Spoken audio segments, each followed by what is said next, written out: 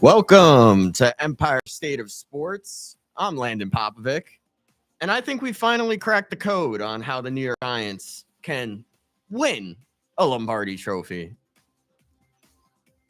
Just survive long enough to get to the bye week. Giants fans rejoice. We're at the bye week. We don't need to worry about Sunday, Thursday, or Monday.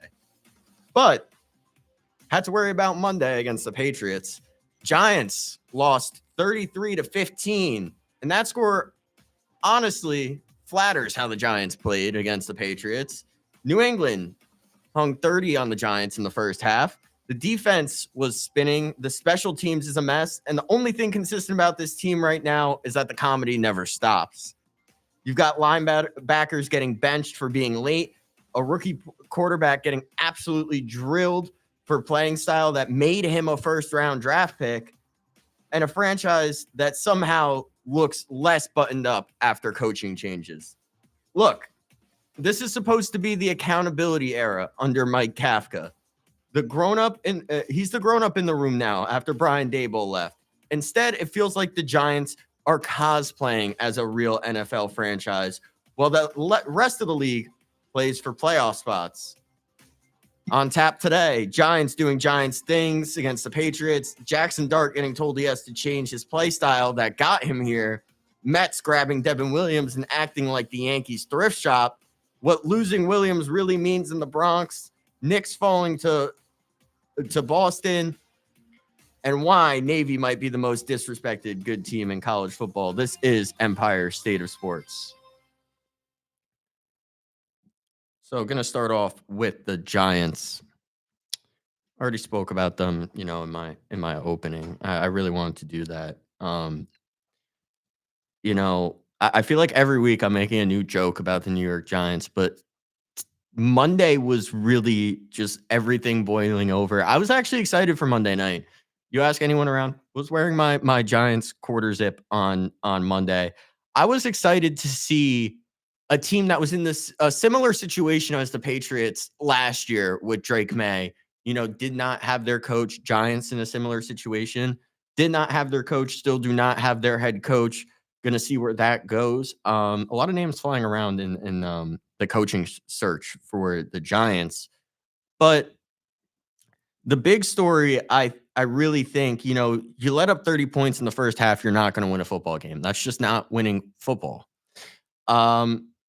Offensively, it's more of the same. We're getting flashes from Jackson Dart. I do think there was a little bit of punishment. Going to get on that a little bit more when I focus in on Jackson Dart's play style. But bottom line, not enough red zone execution. Way too many possessions where the defense got burned. This felt less like a football game and more like a 4-quarter indictment of where this roster is at. Monday was really the definition of this is what we should expect from the New York Giants week in and week out. But every week it seems like us Giants fans get excited for no reason. That first half avalanche was something that really bothered me because I drove home from campus around 7:30, got home around 8:30, turn on the game, Giants already down 24-0, I think it was. There was no point in me even watching the game, but I still watched it because, obviously, I'm a huge Giants fan. But when you're not even competing in the first quarter, first half, whatever mark you want to put on it, this Giants team just does not compete. When we had Shane Bowen, the whole issue was the defense looked really good through 3 quarters, and in the fourth quarter, it fell apart. But here, we just saw that poor Giants play style throughout the whole game. I don't know if it had anything to do with Jackson Dart maybe changing his play style just a little bit. This wasn't just X's and O's. This is culture, accountability, and, the overall identity of our quarterback, Jackson Dart. So let's start with Abdul Carter. Bench for the entire first quarter for being late to the walkthrough. Listen, this isn't a one-off. I remember, I think 2 weeks ago, I spoke about Abdul Carter getting benched for the first drive. We can't have this happen. This is a rookie that is very impressionable, and he should be held accountable. And I said it 2 weeks ago that the punishment was not enough, and it proved to not be enough because Abdul Carter did it again. The only difference is we saw Mike Kafka take a little bit more of the accountability route with Abdul Carter as opposed to Brian Daboll, which it happened the first time with. Daboll sat him out the first drive. Kafka sits him out the first quarter. So we are seeing a little bit more accountability. So that is a positive for the Giants. But under Daboll, you never really knew how these guys getting sat for this kind of stuff. And clearly whatever culture they're setting didn't translate to wins. So if you're trying to reset the standards, your rookie linebacker is absolutely the kind of player to hold accountable. But here's my problem. It's very Giants. How is this just now getting handled? If it's the second time in 3 weeks, that means it's been happening behind the scenes for a while.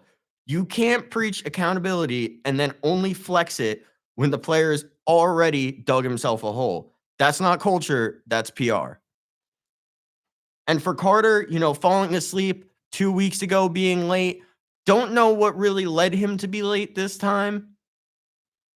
But you're a rookie on a bad team. This is the moment where you build your reputation. We saw Dexter Lawrence build that reputation early as someone the Giants could rely on. We're seeing the complete opposite from Abdul Carter. So that's not what I'm looking for as a Giants fan. So instead of being that young piece, the coach can lean on, you're the example of what not to do.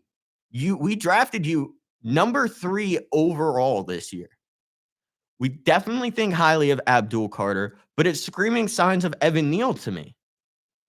Like, if this doesn't get handled, this could easily turn into that same situation we saw with Evan Neal, obviously not working out whatsoever for the New York Giants. This situation is really how you end up buried when the front office changes coaches again. Like, you need to be proving to the current coach there that you could be held responsible for your own actions, held accountable.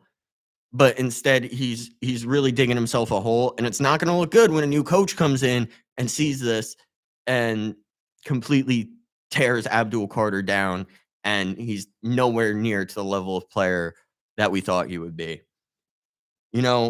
Abdul Carter, rookie season, been underwhelming, but Monday night we did see flashes of him playing well, had his first career sack Monday. How does that just now happen too? Like, obviously, Brian Daboll was not doing a good enough job of getting Abdul Carter's head in the game. Maybe getting benched for a quarter is all he needed. Maybe it's not. We'll see when the Giants resume play. But to Abdul Carter, you're not a Pro Bowler yet. You're fighting to just be a part of the long-term plan. Just keep that in mind. You're not a star yet. Then you've got Jackson Dart. He got absolutely lit up on that on that hit in the first quarter. Didn't get to see it live. Saw the replay. To Jackson Dart, slide or get out of bounds, please. Please, I beg you, because I saw this same game script with Andrew Luck, led him to an early retirement. Jackson Dart, I don't want you retiring before we get to hoist the Lombardi trophy. That's all I ask. I get you're a competitive guy, but come on. And he was asked about it, like, hey, maybe tone down the physical stuff. And his answer is basically, nope, not playing soccer out there. It annoyed me, both Abdul Carter and Jackson Dart's press conferences that they held, because it showed no signs of accountability. Abdul Carter pretty much brushed off any questions about him being benched in the first quarter. And Jackson Dart, instead of being like, yeah, in that specific instance, I should have been able to get out of bounds. I should have been able to slide. That's on me. But the Giants knew my play style coming into this. Don't make it all overwhelming. The Giants knew my play style coming into this. I don't know why they're bothered by it. I did nothing wrong. No, you need to hold some sort of accountability, because if not, the fans will turn on Jackson Dart. Like, right now, it seems unfathomable with the revolution they almost put on in the beginning of this season. Um, but this is New York. This is New York sports. The fans will turn on you if you don't start holding yourself accountable. This is a guy who came into the league as a dual threat guy, gunslinger type. That's literally why the Giants drafted him. And now, after a couple of big shots, the conversation suddenly turns into, can you be more careful? So the question tonight is simple. Would Dart changing his play style be a positive or negative for the Giants? I'm going to go negative on this. I know I gave Jackson Dart a lot of flack for the answers he put up in a post-game press conference. That's not the play on the field. As a fan seeing this, as a fan that saw the difference between Mike Kafka's Giants and Brian Daboll's Giants, I'm going negative. I think forcing Dart to be something he's not is a great way to turn him into another anonymous middle-of-the-pack starter. Look at Justin Fields. Bears completely changed his play style and didn't work. Went to the Jets, same thing, trying to put him in a play style that does not work for Justin Fields. You have to work with the quarterback you have. So to that, I'm giving Jackson Dart a little bit of credit.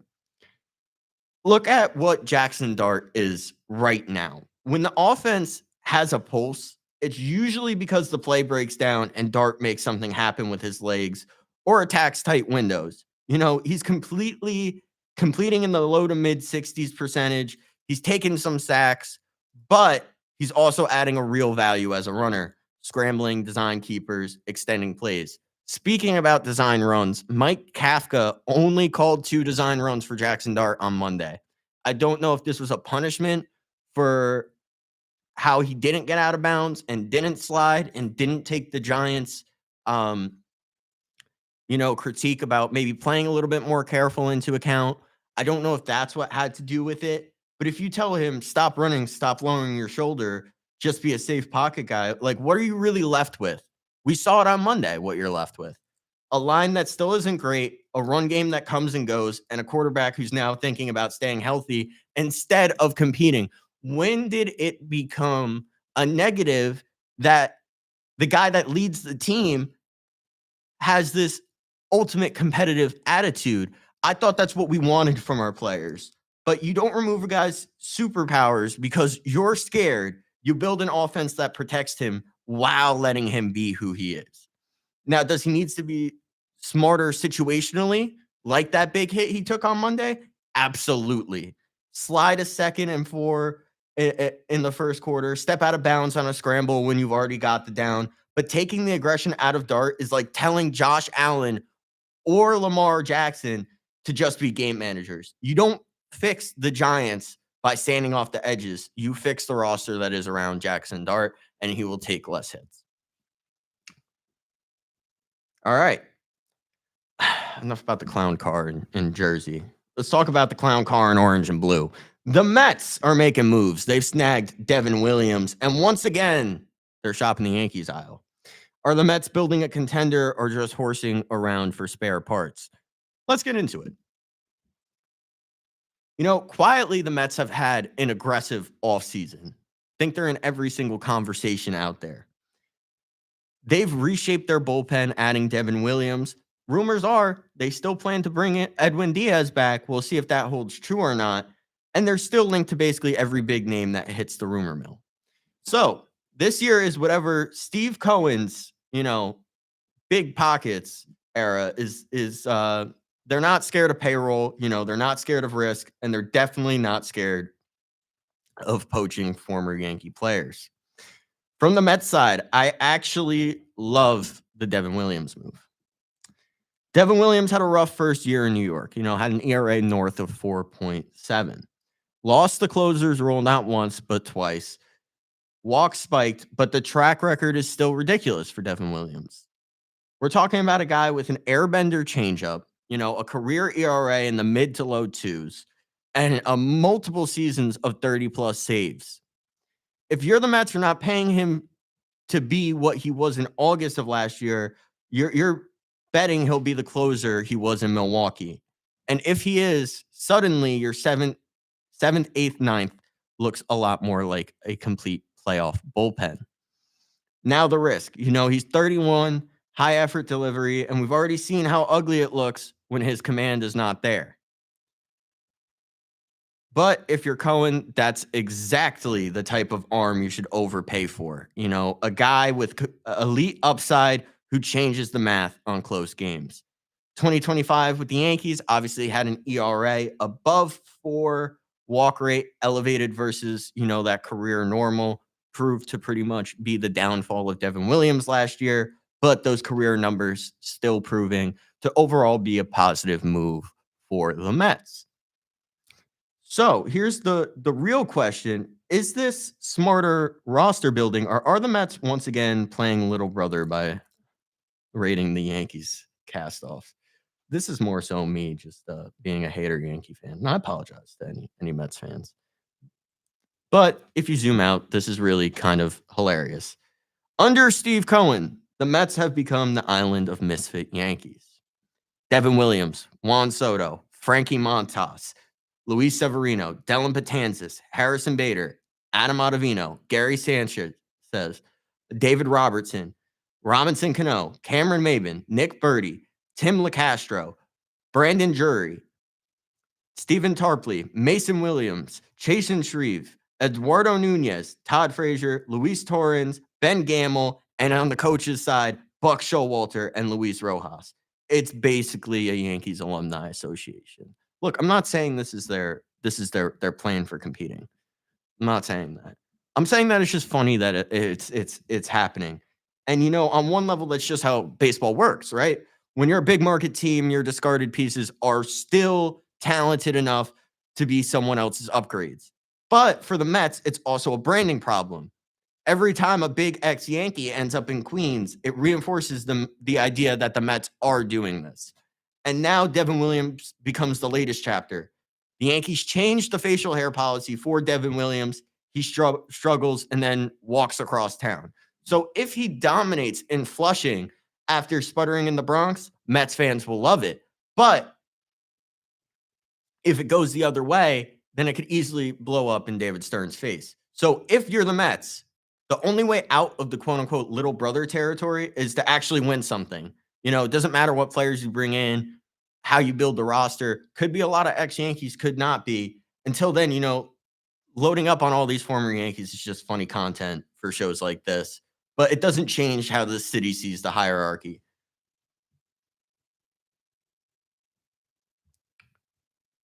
From the Yankee side of this move on Devin Williams, so what does this actually mean for the Yankees? I think is what a lot of people are wondering. To me, it's less about losing Williams and more about what it signals for the New York Yankees. You clearly still need a high leverage bullpen guy because October always comes down to those outs. Bullpens are always going to be the factor that blows or retains leads. That's just how baseball is played now. You also just showed you're willing to throw real money at that spot and then walk away a year later if it doesn't look right. That scares free agents a bit, but it also says the Yankees are not going to be sentimental about sunk cost. Practically, it's more pressure on Cashman to nail that next move. Don't know where Brian Cashman has been sleeping somewhere. The stove is tremendously cold for the Yankees.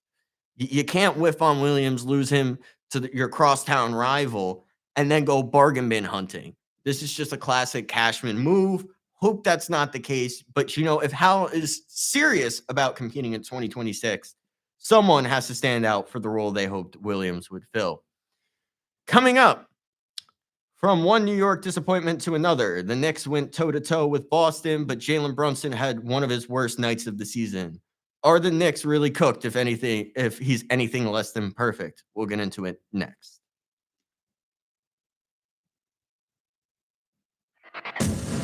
This is WIUR Radio. Hi, this is Anthony Carlo, TV news reporter in New York City and proud alum. If you're looking for a career in media, Iona is the place to be. From internships to real-world experience, Iona's media program is unprecedented. Take it from an industry professional who made it in the biz. Now back to WIUR, Iona University Radio.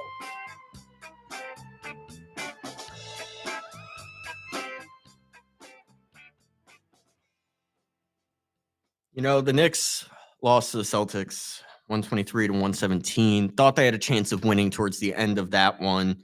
But this one's going to sting because Boston didn't exactly bury the Knicks. The Knicks kind of did it to themselves. Mentioned Jalen Brunson before I got into this topic. Jalen Brunson had one of the worst nights of his career. 6 for 21 from the field, 1 of 8 from 3. Really just never found a rhythm last night. But that's why you have Mikal Bridges. That's why you have Karl Anthony Towns. That's why you have OG Anunoby. But Bridges wasn't able to do it all himself. Bridges showed up. Bridges had 30 plus with 8 threes. Towns was semi-productive. And yet in the moment you needed Brunson to be Jalen Brunson, he just couldn't be.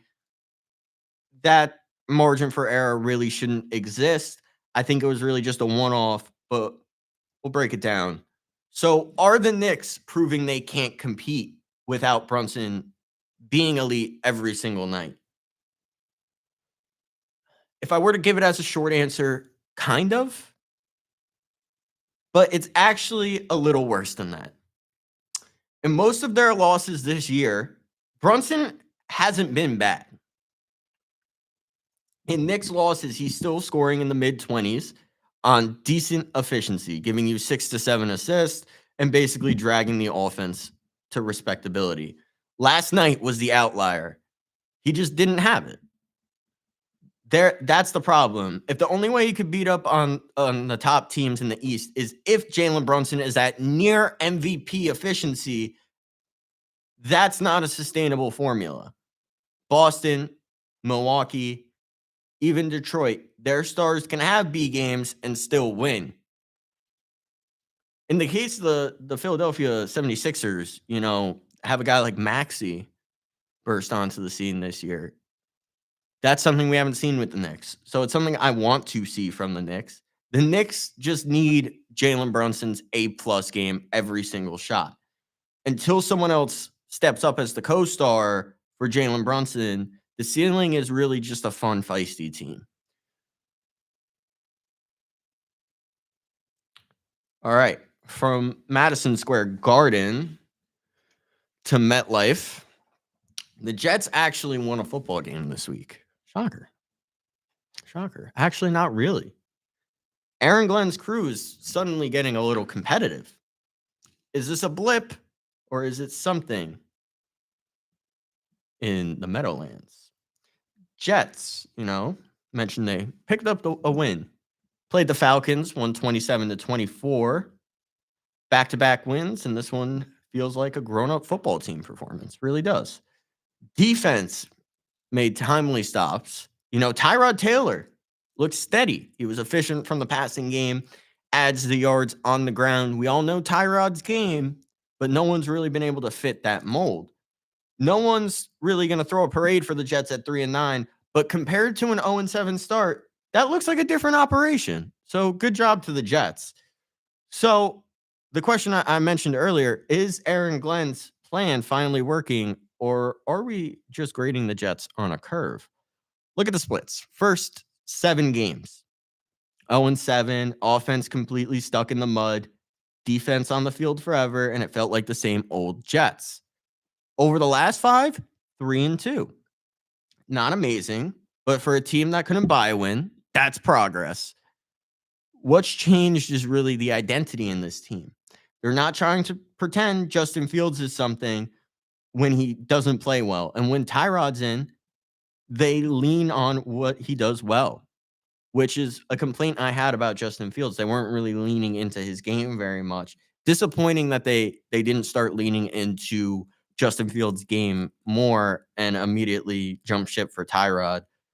But the defense, looking more comfortable for the Jets, fewer busted coverages, better situational calls from Aaron Glenn. And you can tell they're not panicking when the offense stalls. It's still a long way from, the franchise being fixed. But 3-2 after 0-7 tells me Glenn is adjusting. And at least those adjustments are landing for the Jets. So the question for the offseason is whether ownership has the patience to ride out the full install of Glenn's program. So that brings us to the second half of the show.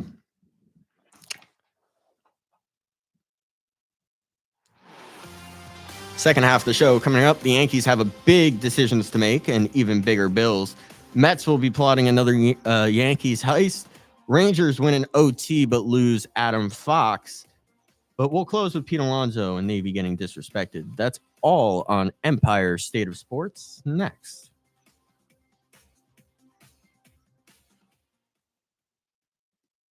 Let's go to the boss. Hasn't earned the nickname, but father was referred to it. So Hal Steinbrenner spoke with the media this past week and did the usual dance. Yes, the Yankees payroll is massive. Yes, they'll still spend, but no, they don't want to live in the $320 million neighborhood forever. He mentioned wanting to get the 2026 number down from where it sits now, somewhere around the high 270s to 280 million already committed. So that makes Yankees fans, scratch our heads, but also insisted the Yankees will remain top spenders in the game. So here's what I heard. Hal is trying to thread the needle between we'll do what it takes and there are limits. He pushed back on the idea of a hard salary cap. But you can tell he'd love a world where other owners are forced to spend more so the Yankees don't have to outspend everyone just to sniff contention. Practically, that means this offseason is going to be selective aggression. They have to address the outfield. They have to figure out who they can really trust in the 7th and 8th inning. And they need to do while not completely torching future flexibility. That's a hard needle to thread when your best internal options are expensive, aging, or both. Which brings me to the next big question for the Yankees. Who should their number one target be and how hard would it be to go get him? A lot of signs point to Cody Bellinger as plan A, with Kyle Tucker lurking as the dream swing. But is Bellinger the guy you go all in for, or do you hold the line and keep space for Kyle Tucker?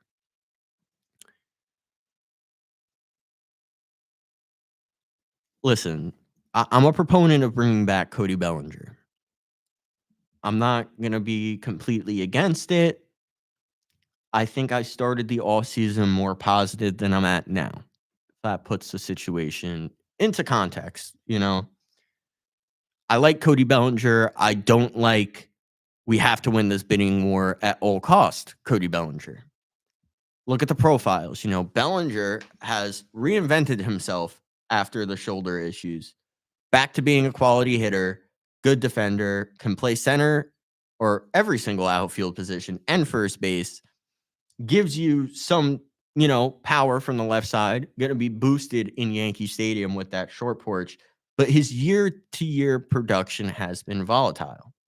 MVP level peaks, then seasons where he's barely above a replacement, then a bounce back. That screams risk on a long-term $200 million plus deal. Let me rewind a little bit. Back to the offseason that Robinson Cano signed with the Seattle Mariners. The Yankees decided to foolishly go out and spend the money they would have spent on Robinson Cano and get Jacoby Ellsbury. I think this is the opposite situation of that. I think you let Cody Bellinger go, you spend the money on Kyle Tucker, that's the move. I don't know if the Yankees front office, they've been pretty adamant that Cody Bellinger is plan A, but looking at the profiles, like I said, that's a huge risk to give Cody Bellinger a $200 million plus deal. I think if it starts to go above 250, let the Mets have him. Kyle Tucker, on the other hand, is just kind of boringly great. He doesn't do anything flashy, but he's definitely at the elite level of outfielders in the league. Back-to-back 30 homer seasons. On base percentage is elite. He steals bases, plays a solid corner outfield position, and his StatCast profile is basically a scouting report in neon that says this plays anywhere. When you put Tucker and Cody Bellinger head to head and you look at those underlying numbers, hard hit rate, walk rate, consistency, they're all simply better for Kyle Tucker. So my stance is this. I would like Cody Bellinger in pinstripes. But I don't want the Yankees to overpay and then watch Tucker hit the market and go to one of our AL East rivals. Blue Jays, Red Sox would all be a nightmare. You know, if the Yankees do overpay for Cody Bellinger, it could leave them with no room to maneuver that payroll. If Scott Boras wants to turn Cody Bellinger into a top of the market unicorn, the Yankees have to be willing to walk away. It's going to be tough, but they have to be willing to walk away. This isn't Aaron Judge. This isn't Juan Soto. This isn't the type of guy you go out and you pour everything you have into. You have to pay for respectable skills and durability. Tucker really screams that. Bellinger might. If the Mets or another club want to throw crazy money at Cody Bellinger, honestly, that might be good for the Yankees long term. So that brings the Mets into the picture. Spoke about the Mets, signing a lot of former Yankee players. And of course, right on cue, here they are. Reports have them tabbed as a possible landing spot for Cody Bellinger. If the Yankees, obviously can't close a deal. If you're the Yankees, you can't negotiate in fear of Steve Cohen. Everyone's supposed to fear the Yankees. It's not supposed to be the other way around.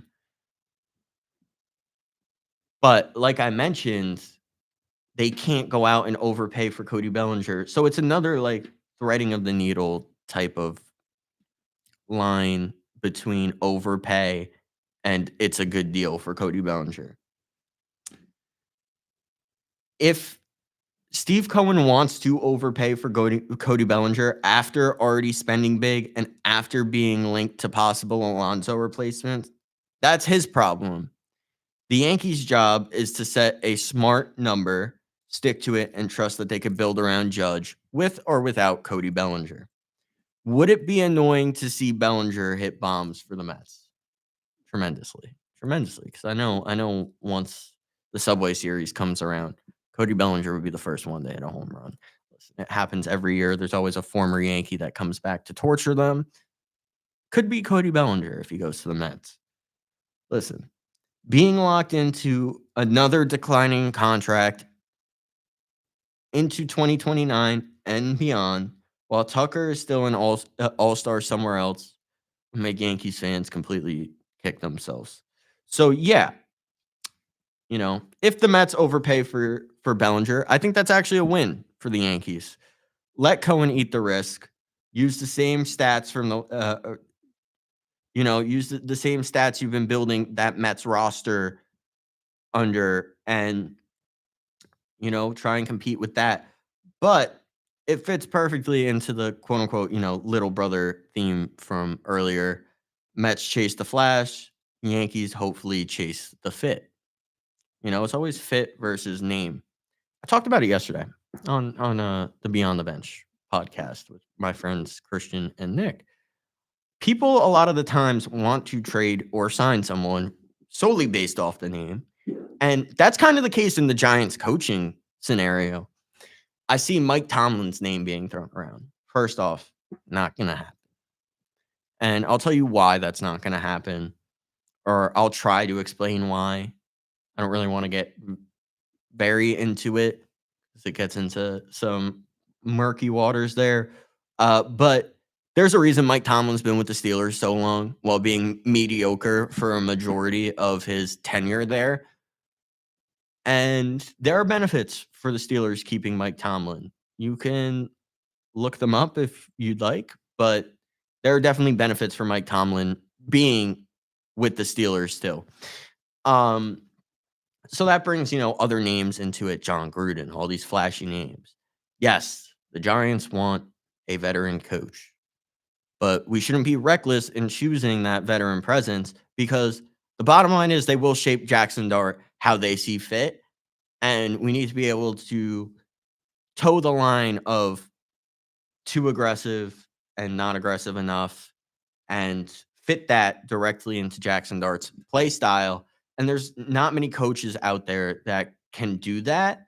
So to me, I think it's something we revisit after, like, during the off season, see a more completed coaching candidate list for the Giants and move from there. We could hold our horses a little bit because the Giants' priority is just finishing the season. We made it to the bye week, but we're not out of it yet. All right. From hot stove to cold ice, the Rangers pick up a massive overtime win against the Stars, but it comes with a gut punch. More Adam Fox drama. Can they actually survive the blue line hit? Listen, the Rangers have been unwatchable for me all year. And last night was really a sign of things trending upward. You know, the Rangers beat the Stars 3-2 in an overtime win at home. They've been struggling a lot at home. So seeing them win in overtime at home, that was something massive for the Rangers. It might not seem very massive to the rest of hockey fans out there, but that huge result, given the standings, you know, suddenly the Rangers are 1 point out of a wild card spot and 4 points out of the top spot in the Metro. So that win was big in terms of the standing. Don't let anyone tell you the Rangers are out of it this early into the season, because that's just really not possible. But how does Adam Fox's injury, you know, affect the Rangers season long term? The problem is what's happening on the back end. Adam Fox is out again. Whatever you think of his game, I've been critical of it before. He's still a top 10 defenseman in the league. Like, there's no denying it. Without Fox, the Rangers breakout will suffer, and the power play loses pretty much its top dog. The minutes get redistributed to guys who just aren't built to handle the 24, 25 minutes a night. And that's what's going to hurt the Rangers long term. We're not going to see those long term consequences come until later in the season. But Rangers fans are going to scratch their head when it comes. But it's going to be so easy for me to point that to Adam Fox being out. You saw glimpses of, you know, adjustments versus Dallas and more conservative exits, more chip and chase, less of that clean 5-man rush. They can grind out wins like that, but over a full stretch, it's going to be hard to maintain that play style. I get it. The Rangers are boring to watch. Last night, they were very exciting to watch. I'm going to tell you, as a Ranger fan, they will not be exciting to watch all season. The Rangers are a mess right now. I don't expect them to make the playoffs. If they make the playoffs, great. And it's crazy that I'm sitting here 2 years later after that, or 3 years later after that incredible 2022 run in the playoffs, and that we're sitting here going, it might be best for the Rangers to start over. You know, saw signs of it, letting go of Kreider. Kreider having an amazing season. But the optimism in me is if they can just stay within striking distance while Adam Fox is out, that Stars game might be the one we look back on as the night we proved the Rangers can bend and not snap. The Rangers' problems these past few years hasn't necessarily been the players on the ice, but has been the game plan and how it is executed, not necessarily what the game plan is, how it is executed on the ice. So being able to, you know, balance that flashy, aggressive play style, the odd man rushes, you know, the exciting stuff that the fans love to see with a responsible game plan from Mike Sullivan, then the Rangers will see some success. You know, bend not break, like I said before. And the Rangers proved they could do that last night versus Dallas. Definitely a huge positive. But as a Rangers fan, I can't really get my hopes up. And look, as much as I've nitpicked Adam Fox the past few years for not being a top 3 defender like expected from him, this is where you remember that he is special, that he's not any other defender. He's not a replacement level player. He is a star. top 10 defender, elite vision, stabilizes every pair he touches. Losing him is brutal. Beating a good Stars team without him is a great first step, but the next month is really going to tell us who this team really is without Adam Fox. Coming up, last segments of the show, Mets and Pete Alonso, are they really ready to let another homegrown star twist into the wind? And Navy, ranked high in every metric that matters, still getting boxed out by the system. That's next.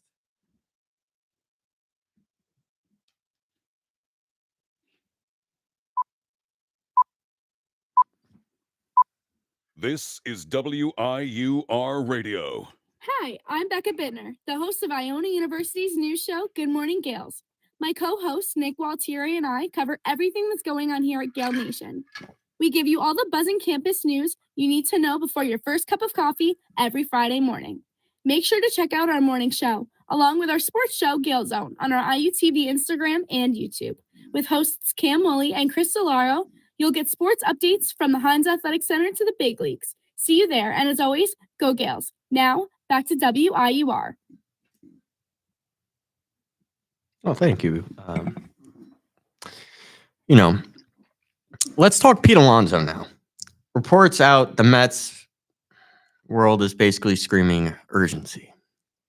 Articles saying that the Mets have to pounce soon, that Alonso is waiting, and the longer this drags out, the more likely he is seriously going to test the market. This is a guy who just hit 272 with 38 home runs, broke the Mets franchise home run record last season, had 126 RBIs and 871 OPS.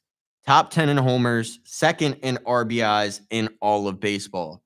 He is Mets baseball right now. He is the one that brought fans back to that Mets team. For anyone that's trying to spew the rhetoric that Juan Soto has brought the Mets back to relevancy, that was Pete Alonso. And taking that credit away from Pete Alonso is not right. And it's something that really bothers me. And I've talked about the loyalty to homegrown talent. At some point, you have to decide what kind of franchise you are. The one that builds a statue for the guy who carried your offense for a decade. Still remember them not building a Tom Seaver statue until after he died, by the way. Or that one that nickels and dimes and watches him hit 40 bombs somewhere else. Listen, funny I brought statues up there because Tom Seaver not getting a statue until just a few years ago was a disgrace for me. And to me, this is deja vu. The Mets already played this game last year with Alonso, dragged their feet, made Alonso feel disrespected, flirted with the idea of a life without Alonso, without Mr. Met, and then scrambled late to get him back. Now they're back in the same spot, except his platform, his contract year was tremendously better this year. We've seen this movie in New York before. Let the homegrown talent star twist while you chase shiny toys and then wonder why the culture never feels right. Alonso is the franchise home run leader, averaging around 40 homers a year. When you take out 2020, 4 seasons with over 100 RBIs, and he just put up another elite season while everything around him was chaos. Pete Alonso was the guy you looked at all year and said, this guy's stable. Francisco Lindor, Juan Soto. By the way, I told you that those two would butt heads. I told you that would happen. Francisco Lindor's MO is jealousy. He is jealous Juan Soto is getting the limelight right now. His jealous fans are paying more attention to Juan Soto than to him. That's not a team culture, and not bringing back Alonso would just foster that bad culture even more. The Mets can spend all the money they want, but when the culture isn't there, nothing's going to fix it. And the only thing that might be able to right the ship in Pete Alonso, you're having cold feet on. I don't understand why the Mets don't want to bring back Alonso. You just got rid of a homegrown talent in Brandon Nimmo, the last Met to play with David Wright, by the way, for an aging second baseman and Marcus Semien.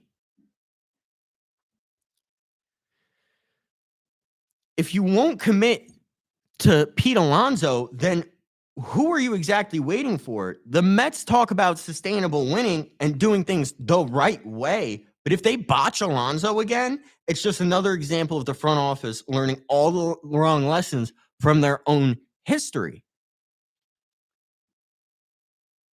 As a Yankee fan, history is something I can be proud of. And it sounds silly to Mets fans. It does. Because this is the team that did not build a statue for Tom Seaver until after he passed away. They don't honor legacy. They don't honor team history because there is none. Their own stadium that they play in, Citi Field. You guys don't know this. Just a mini mock-up of Ebbets Field. Because guess what? The Wilpons, they were just trying to be the Brooklyn Dodgers 2.0. They weren't trying to build anything special. They might have made Mets fans feel like they were trying to build this culture, this special culture around the Mets team. No, they were just trying to build the Brooklyn Dodgers 2.0. The Wilpons grew up very close to Ebbets Field. And look at Citi Field, look at Ebbets. It's the same design. So for all the praise that goes towards Citi Field for being unique, for being special, for being this family environment, and all of them that dog the Yankees for having the same stadium, the same concrete slab. That concrete slab, that's a cathedral. That's the cathedral of baseball. Fans from around the world swarm into Yankee Stadium to watch the Yankees play. The Mets will be selling out by June if they don't bring, or will be half empty by June if they don't bring back Pete Alonso. So, just a lesson to the Mets to learn from their mistakes. But we'll close with something that's near and dear to me. I actually spoke with one of the players, shares my name, Landon Robinson. Had the chance to have a short conversation with him about what Navy football means, like what's the energy in the locker room, like just a few short, quick questions on DMs. Great kid, Landon Robinson. Give all credit to all the Navy midshipmen that, what matters most to them is honor, is legacy. And that's something as a sports fan I can relate to. And I think that's why I stuck with Navy when I could have went for a team that, has better chances of making the college football playoffs. That being said, Navy might have been discredited. Right now, Navy's strength of record, that's ESPN's metric of how impressive your resume is based on who you've beaten, sits at number 19 in the country. That's best in the American, above Tulane and North Texas, who both made the conference championship. Navy didn't play Tulane head-to-head, yet Tulane gets to make the conference championship without a gripe. Just does not sit right for me. So best in the American and ahead of Power 5 teams like Iowa, Missouri, LSU, Tennessee, Louisville, and more. They've knocked off ranked South Florida, ruined playoff paths, and are sitting on 9 wins, again, in a league that's gotten much better. 3 ranked teams in the American. Navy, South Florida fell out of the rankings. It's Navy, North Texas, and Tulane. 3 ranked teams in that conference. That's nothing to sneeze on. And yet, when we talk about the playoffs, Navy is still treated like a cute story. Nice TV window, awesome atmosphere. Thank you for your service. See you in the bowl game that kicks off at 11 a.m. on a Wednesday. Layer in the Army-Navy reality. The college football playoffs has already said that game won't be factored into selection. So the Navy has to play one last game than everyone else in conference because of how much that game means to them. Speaking to Landon Robinson, he really pretty much put it into a picture of how much that game means to them.